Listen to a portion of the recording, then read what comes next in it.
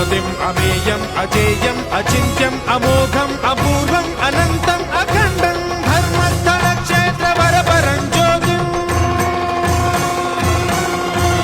धर्मस्थल क्षेत्र वरपरं ज्योतिम् धर्मस्थल क्षेत्र वरपरं ज्योतिम्